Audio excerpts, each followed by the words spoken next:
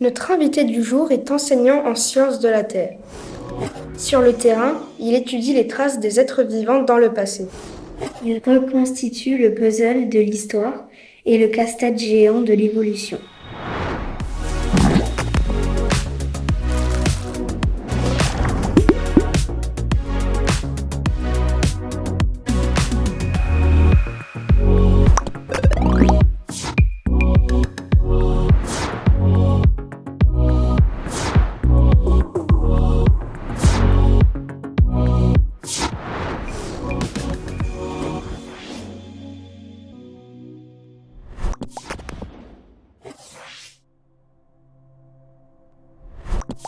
Alors, je suis enseignant en sciences de la Terre. Donc, les sciences de la Terre, en fait, c'est tout ce qui consiste à étudier la Terre par différentes méthodes. Donc, ça peut être simplement d'aller sur le terrain et puis de récolter des échantillons, parce que ces échantillons ont vraiment toute une histoire à nous raconter. Il suffit de les écouter, il suffit de les faire parler, et puis ils vont nous permettre de reconstituer le passé. Et en fait, ça, c'est un objectif important des sciences de la Terre, c'est de comprendre toute l'histoire de la Terre, et grâce à ça aussi de comprendre comment fonctionne notre planète. Donc l'idée c'est qu'on va appliquer différentes méthodes pour reconstituer cette histoire, et donc c'est ça qu'on fait pour l'aspect scientifique, et après on va aussi essayer d'expliquer aux étudiants, donc à nos élèves, comment est-ce qu'on peut faire pour faire parler les cailloux. Étant donné que l'objectif des sciences de la Terre c'est de reconstituer l'histoire de la Terre, eh bien, il faut pouvoir trouver des indices qui nous permettent de reconstituer cette histoire. Et en fait, ces indices, eh bien, c'est les roches qui sont là devant nous. Et donc, il faut parfois voyager pour trouver des roches qui nous intéressent, des roches qui ont un message à nous raconter, des roches qui datent de différentes périodes pour qu'on puisse avoir en fait les différentes étapes de l'histoire de la Terre. C'est un métier qui amène à voyager. Donc, tout d'abord, le voyage le plus fascinant, en fait, c'est un voyage dans le temps.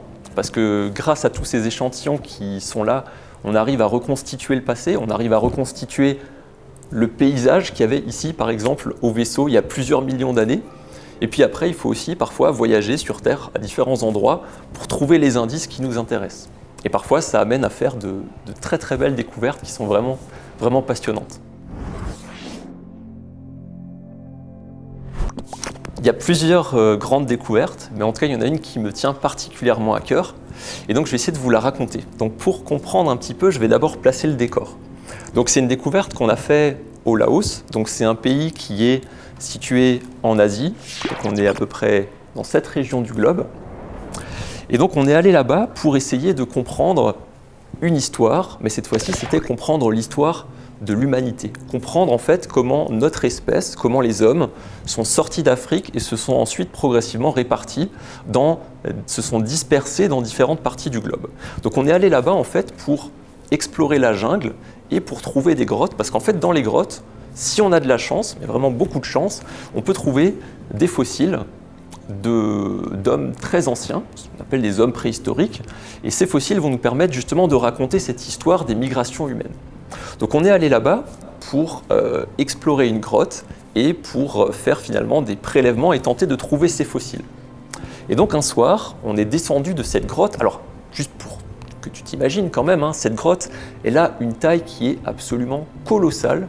Pour te dire, on pourrait mettre tout le vaisseau dedans sans que ça touche le plafond. Donc c'est vraiment des très très grandes grottes. Et donc on était en train de fouiller là-dedans, et puis finalement on est redescendu vers le village en bas, et en redescendant, eh bien, il y avait une toute petite grotte, mais vraiment qui ne payait pas de mine par rapport à la grande grotte principale qu'on était en train de fouiller. Et donc avec mon collègue, on est rentré dedans, et ce qu'on fait en général, c'est qu'on creuse les dépôts qu'il y a au fond de la grotte, donc ça ressemble à de la terre, et on creuse pour voir s'il y a des ossements, s'il y a des choses comme ça. Et donc à un moment donné, je commence à creuser comme ça, et on voit un morceau de poterie. Alors la poterie, c'est du coup le morceau d'un vase, et on se dit, ça c'est hyper intéressant, parce que si on a un vase, c'est que le site était occupé à l'époque.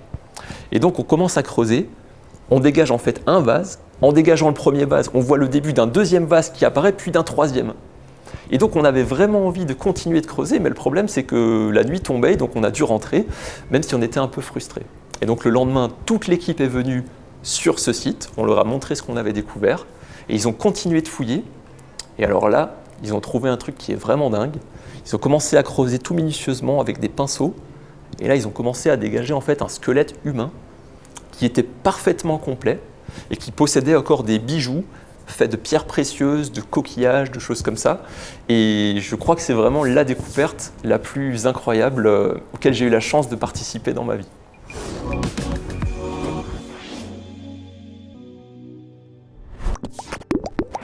Qu'est-ce qu'un paléontologue? Alors, un paléontologue, c'est un scientifique qui va étudier les êtres vivants disparus, les êtres vivants du passé.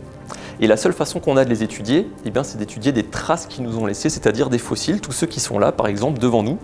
Et donc, l'objectif qu'il a, c'est déjà de trouver des fossiles en allant sur le terrain.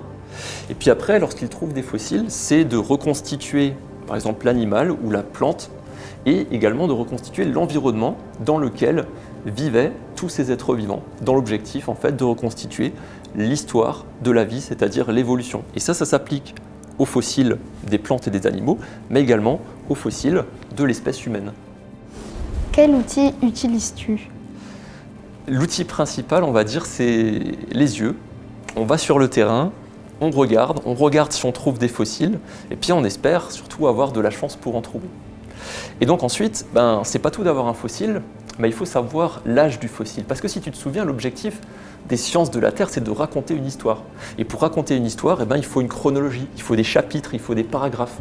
C'est-à-dire que là, si on veut que tout ça ait un sens, il faut réussir à dater les fossiles.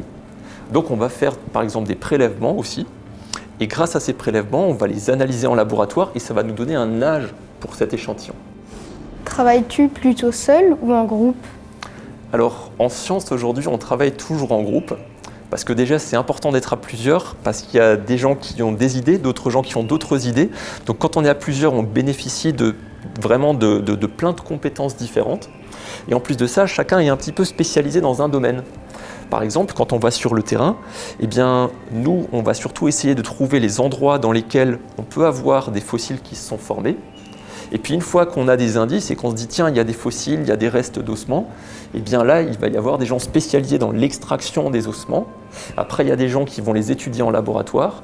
Et puis nous, on revient derrière aussi pour dater tout ça. Donc chacun a un petit peu sa spécialité et on travaille vraiment en équipe. C'est quoi un fossile? Alors, un fossile, c'est un reste d'un être vivant du passé. Et donc, il y a plusieurs façons d'avoir des fossiles, mais il ne faut pas oublier que c'est très rare, parce qu'en général, quand on a un organisme vivant, une fois qu'il va mourir, il va se décomposer. Si tu prends par exemple des feuilles mortes dehors, qui tombent des arbres, ces feuilles mortes, très rapidement, elles vont se décomposer, donc il ne va pas y avoir de traces. Donc pour qu'on ait un fossile, en fait, il faut quand même des organismes qui aient des parties un petit peu plus dures, des parties avec des minéraux dedans, qui sont un peu plus résistants à la décomposition.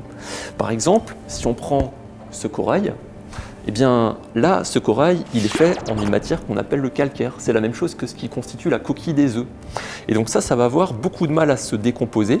Et donc ça va pouvoir tomber, par exemple, au fond de la mer. Ça va être recouvert par de la boue. Et donc progressivement, la boue va devenir plus dure, ça va former une roche. Et donc on va retrouver ce fossile dans quelques millions d'années. Mais pour autant, les fossiles, c'est pas toujours exactement un reste de l'organisme vivant. Parce que quand on prend ces ammonites, ces ammonites, là, tu vois qu'elles ont une couleur qui est très dorée, là, il s'est passé quelque chose. Parce que normalement, la coquille, elle était aussi en calcaire. Sauf que là, la coquille, c'est plus du calcaire. Elle a été remplacée par un autre minéral, la pyrite. Donc ça veut dire que c'est un reste indirect et pas tout à fait fidèle de l'organisme du passé. Et la dernière possibilité, si l'organisme tombe dans la boue, parfois, il va laisser son empreinte dans la boue, un petit peu comme quand on marche dans une flaque de boue ou sur du sable. Et donc ensuite, on va retrouver d'un côté l'ammonite et de l'autre côté juste l'empreinte de l'ammonite. Ça veut dire que là, on n'a plus rien de l'organisme du passé. On a juste une empreinte. Donc un fossile, c'est un reste qui est parfois très transformé de l'organisme du passé. En as-tu déjà trouvé? Alors oui, j'ai eu la chance de découvrir pas mal de fossiles, je pense plusieurs milliers déjà, mais il y a des fossiles qui sont plus rares que d'autres. C'est-à-dire que par exemple des ammonites, ça c'est quelque chose qui est assez courant, parce qu'on a dit ça fossilise bien, le corail aussi. Par contre, trouver des fossiles de l'espèce humaine, ça c'est beaucoup, beaucoup plus rare parce qu'en fait, ça fossilise très mal. Et c'est pour ça que c'est si précieux. Dans quel pays as-tu déjà fait des découvertes? Alors, on a déjà fait des découvertes en France, parce qu'en fait, en France, on ne se rend pas compte, mais on a beaucoup de chance. On a un immense patrimoine géologique, c'est-à-dire qu'on a beaucoup de témoins du passé, on a beaucoup de fossiles, et donc ça, c'est vraiment une chance. Et donc, il ne faut pas forcément aller très loin pour trouver de belles choses. C'est quoi la découverte la plus impressionnante que tu as fait? Alors, la découverte la plus impressionnante, c'est ce qu'on a fait avec une équipe de scientifiques. Et on est parti, en fait, au Laos, là où je vous ai montré la position tout à l'heure sur le globe. Donc, c'est un endroit où on a de la forêt comme ça. Donc, c'est vraiment un milieu tropical, c'est très très joli. Alors, pour te donner un peu une idée, voilà les maisons qu'on a dans cette région. Pour te donner une idée de la végétation, là, tu vois un petit peu les plantes qu'on a, c'est quelque chose de tout à fait impressionnant. Et donc on parcourait la jungle comme ça, on escaladait parfois des parois en s'attachant à des lianes pour essayer de trouver des grottes. Et alors parfois l'entrée dans les grottes, tu vois, c'est minuscule, donc il faut vraiment se hisser dedans. Et puis on cherche. Et honnêtement, 9 fois sur 10, on trouve rien. Mais parfois, en fait, ce qu'on trouve, c'est les habitants des grottes. Donc voilà, on trouve des serpents, des choses comme ça. Et quand on a de la chance, alors tu vois qu'ici, là, on a commencé à creuser. Et en fait, on voit ici un vase qui se dégage. Donc on a commencé en fait à dégager des poteries. Là, tu vois un petit peu plus, ça c'est vraiment le moment de la découverte. Moi, je me souviens quand on a trouvé ça, j'avais les mains qui tremblaient, c'était vraiment un grand moment d'émotion. Parce que c'était à peine le 3e jour où on était sur le terrain. Et déjà, on trouvait une trace tout à fait exceptionnelle. Et alors le plus exceptionnel, c'est ce qui est venu après. Donc en dégageant les vases, regarde un petit peu ce qu'ils ont trouvé. Tu devines ce qu'ils ont trouvé là? Qu'est-ce que c'est? Un squelette? Oui, tout à fait. Donc là, on a un squelette humain qui était juste à côté des vases. Et donc, une fois qu'ils l'ont totalement dégagé, en fait, c'est quelque chose qui ressemblait à ça. Donc tu vois, le squelette, il était tout à fait complet. Et il y avait des poteries, des bijoux, donc on pense que c'était des offrandes. Et que finalement, on a trouvé une tombe qui a 3000 ans. Donc ça, honnêtement, c'est la découverte la plus fantastique auquel j'ai eu la chance de participer. Penses-tu qu'il a été tué? Alors oui, parce que le plus fantastique dans l'histoire, je ne l'ai pas encore dit, mais quand les archéologues ont commencé à dégager les côtes, donc les côtes c'est les os qu'on a à ce niveau-là, ils se sont rendus compte qu'il y avait un truc super bizarre. Parce que le squelette était parfaitement complet, tous les os étaient intacts, sauf ceux qui se situaient ici. Ils se sont dit, du coup, pourquoi est-ce que c'est cassé à cet endroit-là? Et donc ils ont minutieusement dégagé au pinceau cette zone. Et alors regarde ce qu'ils ont trouvé, alors ça c'est vraiment incroyable. Ils ont trouvé en fait une hache en bronze qui était plantée dans le flanc de cet individu. Ça veut dire qu'en fait il a été enterré avec l'arme du crime. Ça s'était passé quand? Alors ça, pour savoir quand ça s'est passé, on a fait des petits prélèvements pour dater le squelette. Et on s'est rendu compte qu'il date d'à peu près 3000 ans grâce à une méthode dont tu as peut-être déjà entendu parler qu'on appelle le carbone 14. C'est quelque chose qui permet de donner l'âge des sédiments ou l'âge des individus. Donc c'est quand même quelque chose qui est assez vieux. Que fais-tu des fossiles que tu trouves? Alors, déjà on les garde parce que c'est quand même assez précieux. Et donc ceux qui sont, on va dire, parmi tout cela les moins précieux, même s'ils sont tous précieux, je les amène par exemple aujourd'hui pour vous les montrer. Et maintenant pour les fossiles vraiment très très précieux, comme par exemple quand on trouve des fossiles de l'espèce humaine, là on va les envoyer dans un laboratoire. Et dans le laboratoire, ils vont faire différentes analyses pour essayer par exemple de connaître l'âge du fossile, pour essayer de connaître son régime alimentaire, c'est-à-dire ce qu'il a mangé, ou des informations sur l'environnement dans lequel il vivait. Et donc tout ça, c'est très important parce que ça va nous permettre de faire parler les échantillons. En fait, ils vont nous raconter leur histoire, ils vont nous livrer leurs secrets. Pour connaître l'âge des fossiles, regardes-tu l'épaisseur de terre? Alors oui, c'est vrai en première approche, parce que si on imagine ce qui se passe dans une grotte par exemple, ou au fond de la mer, on va avoir une première couche de boue qui se met en place. Donc ça, c'est la plus ancienne. Le fossile, par exemple, il est dedans. Après, on en dépose une autre, mais forcément, on la dépose par-dessus. Puis encore une autre, puis encore une autre. Ça veut dire que ce qui est en surface, c'est très récent. Et ensuite, plus on remonte, c'est-à-dire plus on creuse profondément, plus on remonte dans le temps. Donc c'est vrai qu'on peut regarder ça pour avoir une idée approximative de l'âge du fossile. Le problème, c'est que parfois, on dépose les feuilles beaucoup plus vite, et puis parfois on les dépose beaucoup plus doucement. Ça veut dire qu'il n'y a pas toujours une relation entre l'épaisseur qui est déposée et l'âge.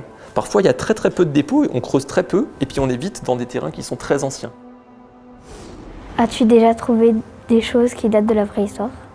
Alors oui, parce que finalement, la préhistoire, c'est tout ce qu'il y a avant l'histoire. Donc ça remonte à peine à quelques milliers d'années. Donc pour nous, on se dit que la préhistoire, c'est très ancien, mais en fait, quand on étudie les fossiles, la préhistoire, c'était hier. C'est pas très ancien. Et donc en fait, tous les fossiles qu'on trouve là, tous ceux qui sont ici, ils vont dater de la préhistoire. Alors, de la préhistoire, on va dire c'est très très large. Donc il y a par exemple des silex ou des outils qui ont été réalisés par l'espèce humaine, des fossiles de l'espèce humaine, ça c'est de la préhistoire mais c'est pas très ancien. Et puis si on remonte beaucoup plus loin dans le temps, il y a tous les fossiles qui sont ici par exemple. La préhistoire en fait c'est très vaste et donc il y a des fossiles qui ont des âges très différents dedans. Et évidemment donc, on trouve essentiellement des choses qui datent de cette époque. Alors Elena, si tu devais résumer la journée en un mot. C'était bien. J'ai bien aimé faire ça et j'ai appris des choses. Trop bien. J'ai appris des choses que je ne connaissais pas. Aussi, j'ai vu beaucoup de fossiles. Et tu aimes bien ça, les fossiles, alors? Si je devais décrire cette journée en un seul mot, ça serait génial. Et toi, Quentin, qu'est-ce qui t'a plu dans cette journée? Comme j'espère vous l'avoir transmis, je suis vraiment passionné par mon métier et donc ça m'a fait vraiment très plaisir de vous faire découvrir tout ça, de partager tout ça avec vous. Et je trouve que c'est super intéressant d'avoir un regard extérieur sur son métier.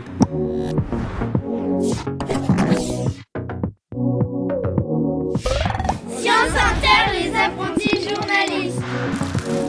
Le mois prochain, on part à la découverte du métier de chercheuse en écologie animale. Retrouvez l'épisode sur ma chaîne YouTube et en podcast.